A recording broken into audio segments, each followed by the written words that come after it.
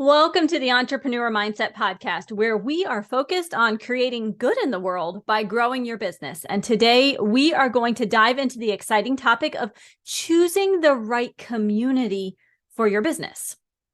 You as an entrepreneur. And this is a continuation of last week's episode 123, Community Over Competition, where we started talking about the importance of having a community that you can be a part of as an entrepreneur, as a course creator, as a membership owner. You need community to support you so that you can support your clients and customers.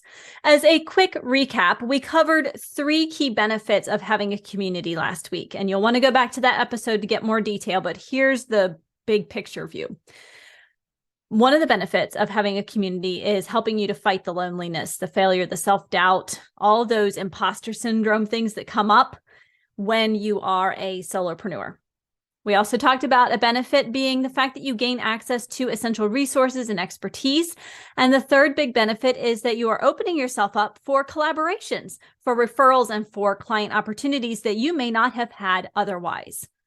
Now, I know that many of you, if you've listened to episode 123, you've already taken care of last week's action item, and you probably have a list of things that you have identified that would be easier in your business if you had a community to back you up.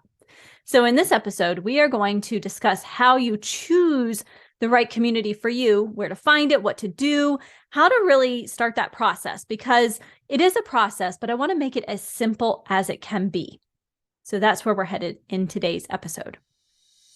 I'm Dr. Moore, a college psych professor, homeschooling mom, and entrepreneur, and I've spent the past 10 years learning how to balance everything. Here on the Entrepreneur Mindset Podcast, I'll share the ins and outs of maintaining a growth mindset and saying hello to grit, that thing that will get you to your long-term vision despite challenges and busy schedules. After all, you got into business to do more good in the world, right? So let's get started. Before we dive into the system for choosing a community, I want to share a story with you first. When I first began as an entrepreneur, I had no idea how important community was. As an introvert, I was pretty convinced that I could build my business without jumping into networking groups and forums and masterminds. Today's episode exists because I was wrong. You always hear the quote, "You don't know what you don't know." Ooh, you hear it all the time because it's the truth. When I was getting started, I knew I had really limited time to devote to my business. So why would I waste that precious time in Facebook groups or at networking events? Not to mention, most of the in-person events were still closed down due to the pandemic. Secretly, my introverted heart was pretty happy that I didn't have to feel pressured to show up to in-person networking events. But I was wrong about how critical those connections are to building a thriving business, to being a thriving entrepreneur. In fact, what I learned over time is that I move faster because of those connections, and I do more with my limited time as a result of those connections. Once I realized the importance of community, I started jumping into different networking groups and forums. I got part of a few masterminds. Some were paid programs that I was completing. So the community's part of it was a piece of the paid program, and others were just ones that I found. Some were ones that I created, but I had a hard time finding the right fit. It took a few tries. It took a whole lot of patience, but eventually I found 2 communities of like-minded individuals, entrepreneurs, who understood what I was going through, genuinely wanted to see me succeed, where I could give as much as I could receive. And I love that about community, where you can give and receive. I love the symbiotic nature of that, I suppose. I like to be able to give back. Now, these communities that I'm a part of, they've been instrumental in my growth, both professionally, but also personally. And that was something I didn't really expect. So trust me when I say it's worth the effort to find the right community for your business.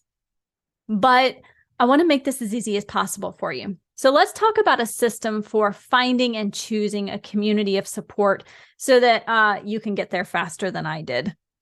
Based on what I've learned in all my years as an educator in higher ed, as an entrepreneur, here are the 5 steps that I would follow if I were just getting started finding a community today, or if I decided today that I want to find a new community to be a part of. The first step is to identify your needs. What do you need most from a community? Last week, if you did the action item in episode 123, you wrote down the tasks, the actions, the pieces of your business that would be or would have been easier with the support of a community. I want you to go back to that list. Is it that you're seeking emotional support? Is it business resources? Are you looking for collaboration opportunities? Be really specific about your expectations. For example, if you are a course creator and you're going to need feedback on your content, you might want a community with experienced educators and instructional designers as a part, or a leader that maybe has those qualifications. On the other hand, if you're struggling with marketing, a community with marketing experts and successful entrepreneurs would be a better fit. The fact is that some of you might be thinking, well, I need both of those. And you might need both. You might need multiple communities to fit your needs, or you might be able to find a community that can meet all of your needs. But remember, most things aren't one size fits all. So you might need more than one community. One of the things I love about Entrepreneurs in Flow, the membership that's launching in just a week, is that we are offering a variety of input and feedback. With 15 years of experience in course creation, I've got a master's certification in health and wellness coaching. And as a StoryBrand certified guide, I can help our members with their challenges or help them find the right resources based on what it is they're going through in the moment. And so when you are thinking about your needs, think about what you also need from a community leader that will make your business better and easier. Now, the second step with your list of needs in hand is to begin to look for communities online. I say online because that's the easiest, that's the lowest hanging fruit sometimes, is to just pop online and ask your peers, your fellow entrepreneurs for some recommendations. So you can look on social media. You can also search for local groups. You can look on event platforms like Meetup to find communities. You might, if you're looking on Facebook, for instance, you might look for groups for online course creators or for female entrepreneurs. On LinkedIn, you might be looking for groups around the terms of small business network or e-learning industry. Or maybe you'll find some local entrepreneur meetups. I know so many things are opening up. There are lots of opportunities right now to get connected in your local community. And in a lot of ways, I find that building locally first is a little bit easier because you can create those in-person, genuine connections, relationships that are harder when you are online. The key is to not limit yourself just yet. This is a brainstorming process, so it should yield quite a few options. If you are a part of any paid programs that have a community feature, I want you to remember to include those in your research, in your spreadsheet or document or notes of the different options you find. I want you to make sure you include those as you are writing down your ideas and your finds, the things that you find. Be sure to include what you think that community is going to help you do in your business. What piece will it help you on? Because I think when we get really clear about the purpose of a community, it helps us to know if it fits or if it doesn't. And that brings us to step 3 of the process. And I want you to dig a little bit deeper. Just like you can't go to a clothes store and say, ooh, this one looks like it might fit. I'll just go with that and hope for a perfect fit. Well, you can't just point your finger and say, ooh, that looks like a great community. Hope it's a good fit. We have to do a little bit more digging. Just like when you go for clothes, you have to try them on. You have to try on the communities. You have to do a little bit of research on them. If you can attend events that are being put on by the community or engage in discussions or observe the group dynamics, do that. At the very least, make sure that the community aligns with your values and goals. A lot of times, especially for online communities, they will put right up front what their values are, what their behavior expectations of their members for the community are, and you can see if that aligns with you. For instance, if you value a supportive and non-judgmental environment, you can see if that's one of their rules. You can, if you have an opportunity to observe the community or be a part of that community, As you're checking it out, you can look to see how members are treating one another in the conversations that are happening either in person or online. If you are looking for a community that has a really strong focus on accountability, check to see if there are regular check-ins or goal-setting sessions, planning opportunities, co-working that's available. The beauty of today's online options is that there are a lot of free groups as well as memberships out there that you can check out. Okay, so vet the community. Step 4. So if you're keeping track, step 1 was to identify your needs. Step 2 was to research your options. Step 3 was to vet the community. Step 4 brings us to this concept of commitment. As you're taking the communities for a test drive, I want you to consider the time and the financial investment that's required to be part of the community. Make sure it fits into your schedule and to your budget. And budget doesn't just mean money. It means time. It means energy, emotional investment. So I want you to make sure it really does fit your needs. Now, not every community is going to fit all of your needs. That's okay. Like we talked about, you may need a combination of communities to fit all of your needs.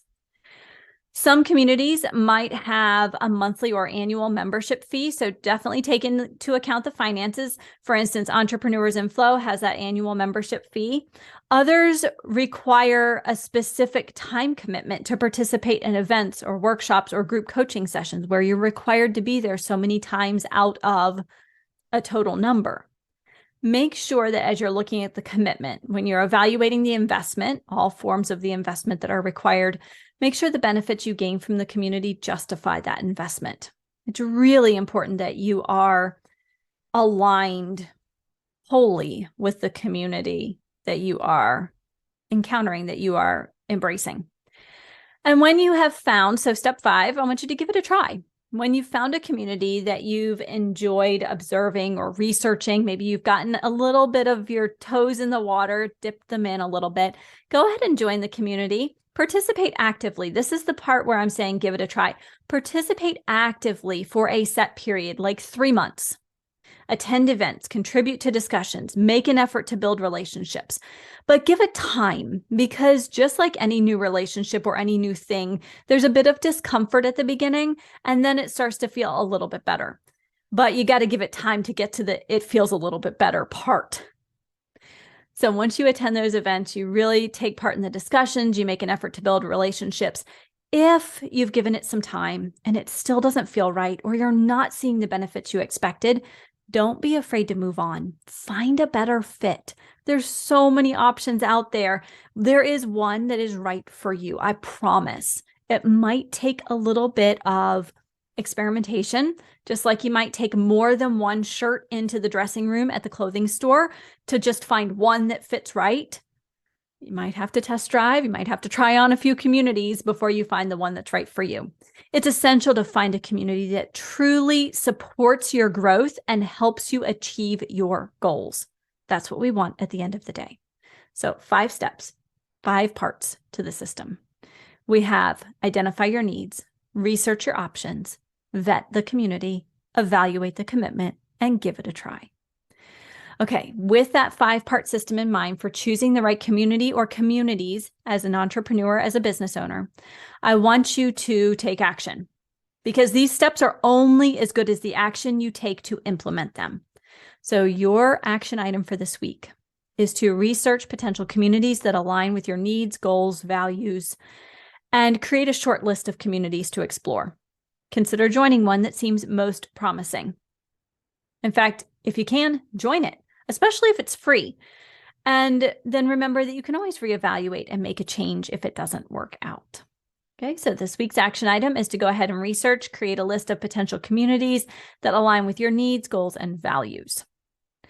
To wrap up, finding the right community for your business, it can take some time. It can take a little bit of effort, but I promise you that at the end, it's worth it.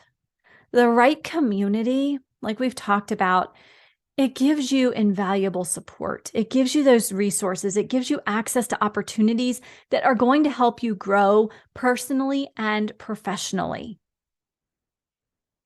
These are the times when I have the aha moments, when I have the idea that shifts my business forward. is from these communities. So start your search today. Don't be afraid to try a few different communities until you find the perfect fit. As always, I want to thank you for listening, for joining in the Entrepreneur Mindset Podcast. If you found value in today's episode, please do me a favor. Take a screenshot, share it with a fellow entrepreneur, and leave a review on your favorite podcast platform. And if you are a course creator listening to this episode near the date that it aired on April 18th, 2023, I'd like to invite you to register for the upcoming free masterclass designed to help you build your profitable online course in record time and with ease. So if you'd like to register for that masterclass today, it's free. Go to www.entrepreneursinflow.co/masterclass. Again, www.entrepreneursinflow.co.co/masterclass. And I will see you all back here next week for another episode of the Entrepreneur Mindset Podcast, where a focus on mentoring, community, and implementation removes the overwhelm of building your successful and profitable business and adds in a dose of momentum. Until next time, have a healthy, safe, and happy week.